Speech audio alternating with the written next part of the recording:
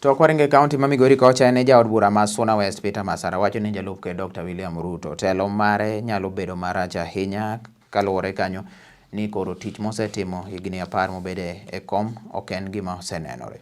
Masara koro nyiso jo Kenya kik tu kod lek mar jo Kenya yiero mabiro ni mar koro Jalup ker nosetemo rocho telo mar jatende Ker Uhuru Kenyatta kaluwore kanyo ni bende nyaka gie sani koro chumi okethore nikech pesa go ma osebedo koro kalal. Masara ne loso e bang' ne sidho klese ariyo moko kod kar dak mar jopuonj skul mar Lwala, Giribe, Mix Secondary kod Mariba Primary mayudore e gwenge mag Suna West County ma Migori. Wacho ni jo Kenya koro oge mathoth ahinya ok dwar mondo Ruto obi otelne Kenya. Time has come when we must elect somebody with a track record. We must elect people who can rejuvenate the economy of Kenya. Because as we talk now, the economy is not stable because of COVID and corruption which was there between 2013 and 2017. Who are now claiming to be the right candidate to be president.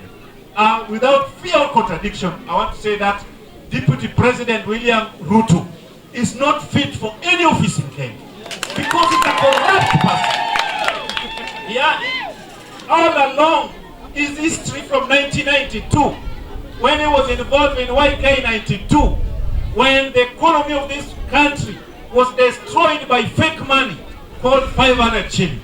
He participated in 2002, when people were talking about change, he was not there. When the new constitution, the constitution of 2005, when people were trying to change the constitution, he was not part of the team. In 2010, he opposed the constitution, and is one of the beneficiaries of 2010 constitution.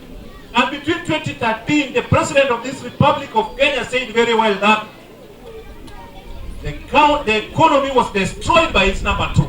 Now, if his friend, the president, doesn't believe in him, who are we to believe in him? Because the president has the report from intelligence.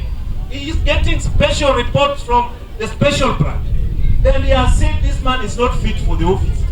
I want to urge Kenyans that we should not ignore the advice from His Excellency Uhuru Kenyatta. Let us join Azimio la Umoja so that we can move this country forward. Let us move as a team.